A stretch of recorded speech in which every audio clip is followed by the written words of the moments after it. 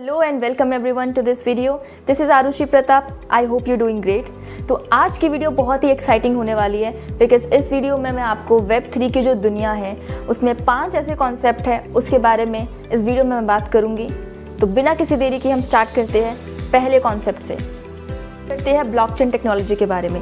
Blockchain technology basically Web3 का foundation है। Web3 की जो दुनिया है वो ब्लॉकचेन टेक्नोलॉजी पर बनी है। ब्लॉकचेन टेक्नोलॉजी बेसिकली एक डिस्ट्रीब्यूटेड डेटाबेस होता है जिसमें जितना भी डेटा जो स्टोर किया जाता है ब्लॉकचेन पर वो एक सर्वर पे ना स्टोर करके हज़ारों लाखों सर्वर से कनेक्टेड होता है, जिसमें एक कोई सेंट्रल अथॉरिटी की कोई पावर नहीं होती। बिकॉज हज़ारों लाखों सर्वर से कनेक्टेड होता है तो लोगों के पास पावर होती है। लोग जितने भी लोग उस नेटवर्क से कनेक्टेड है वो उसके ऑनर होते हैं। तो ये 100% ट्रांसपेरेंट होता है, सिक्योर होता है। जितना भी जो डेटा स्टोर किया जाता है वो ब्लॉक्स की फॉर्म में ब्लॉकचेन पर स्टोर होता है।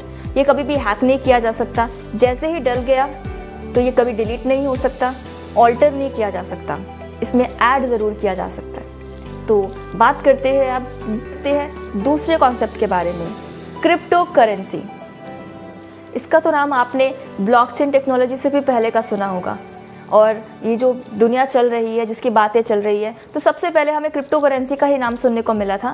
क्रिप्टो करेंसी क्या होती है? क्रिप्टो करेंसी डिजिटल करेंसी होती है जिसे आप छू नहीं सकते, आप फील नहीं कर सकते, आप इसे यूज़ कर सकते हैं as a mode of exchange.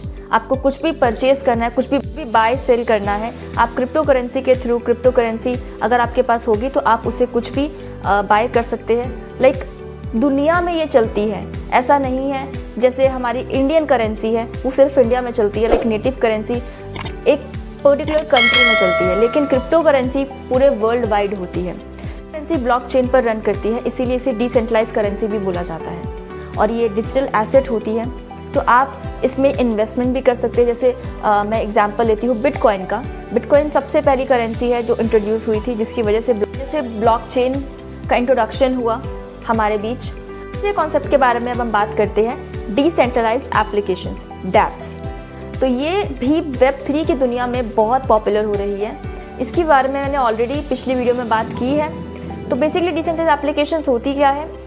Decentralised applications हमारे मोबाइल फ़ोन में जो एप्लीकेशंस हम यूज़ कर रहे हैं ऑलरेडी, गूगल, फेसबुक, व्हाट्सएप या जितने भी एप्लीकेशंस हैं हम यूज़ कर रहे हैं, उसमें क्या होता है, उसमें सेंट्रल अथॉरिटी होती है, उसके हाथ में पावर होती है। डिसेंट्रलाइज्ड एप्लीकेशन में क्या होता है, जो पावर होती है वो एक पार्टी से हटके, जो उसका ऑनर है या तो फाउंडर है, उससे हटके लोगों में डिस्ट्रीब्यूट हो जाती है। तो वेब3 बहुत ही ज़्यादा सिक्योर होती है, जिसकी वजह से ये जो ऐप्स है ये सिक्योर होती है, ट्रांसपेरेंट होती है। हमें यहाँ से इन ऐप से कमाने का मौका भी मिलता है। तो मैंने पिछली वीडियो में ब्रेव ब्राउज़र के बारे में बात की थी, तो आप उस वीडियो को जाके देख सकते हैं। बात करते हैं फोर्थ कॉन्सेप्ट के बारे में, जिसका नाम है smart contract. Smart contract basically digital contract होते हैं जिसमें कुछ टर्म्स और कंडीशंस होती है, उसे कोडेड फॉर्म में लिखा जाता है, कोड में लिखा जाता है और ब्लॉकचेन पर डाला जाता है। और जैसे ब्लॉकचेन पर डल जाता है तो उसमें कुछ भी चेंज नहीं हो सकता। डिसेंट्रलाइज्ड फाइनेंशियल सिस्टम के बारे में बात करेंगे तो उसमें स्मार्ट कॉन्ट्रैक्ट का बहुत मेन रोल प्ले होता है।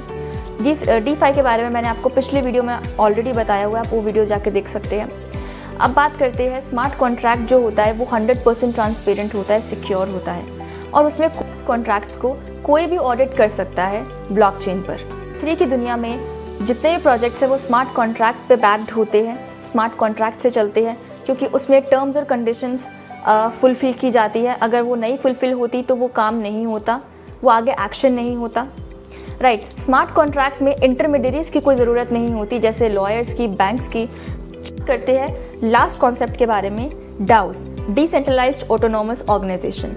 तो बेसिकली क्या होता है, ये एक कम्युनिटी लेड ऑर्गेनाइजेशन होती है ब्लॉकचेन पर ये होती है। और ये क्या करती है, तो बेसिकली इसमें कोई, आपको डिसेंट्रलाइज से पता चल रहा होगा, इसमें कोई सेंट्रल एक पावर नहीं होती है जो कि पूरा का पूरा डिसीजन लेती है। तो इसमें कुछ कोर मेंबर्स होते हैं। जब स्मार्ट कॉन्ट्रैक्ट बनाया जाता है तो उसका जो भी टर्म्स कंडीशंस होता है तो उसमें वोटिंग के थ्रू यहाँ पे जो भी लोग हैं वो सेलेक्ट किए जाते हैं और उनके थ्रू स्मार्ट कॉन्ट्रैक्ट्स बनाए जाते हैं। तो प्रपोजल में, डिसीजन मेकिंग में ये जो कम्युनिटी है, ये जो ऑर्गेनाइजेशन है, ये हेल्प करती है स्मार्ट कॉन्ट्रैक्ट को बनाने में। Web3 बेसिकली पूरा का पूरा डिसेंट्रलाइजेशन को प्रमोट करता है। ये जो पूरी दुनिया है ये डिसेंट्रलाइजेशन पर चलती है, क्योंकि Web 1 में क्या होता था, हम सिर्फ कंज्यूमर होते थे, हम सिर्फ देख सकते थे। Web 2 में क्या हुआ, हम उस पर रिएक्ट कर पाए, हम उसमें क्रिएट कर पाए, कुछ हम क्रिएटर बने यूट्यूब पे या फेसबुक के। लेकिन Web 3 क्या करता है, हमें वहाँ पे जो ऑनरशिप नहीं मिली, Web 3 हमें वो ऑनरशिप देता है डिसेंट्रलाइजेशन के थ्रू। तो ऐसा बहुत कुछ है Web 3 की दुनिया में, बहुत कुछ जो कि अभी जानना है हमें, बिकॉज़ ये फ्यूचर है और अभी ये प्रोग्रेसिंग पे, अभी ये प्रोसेसिंग पे है।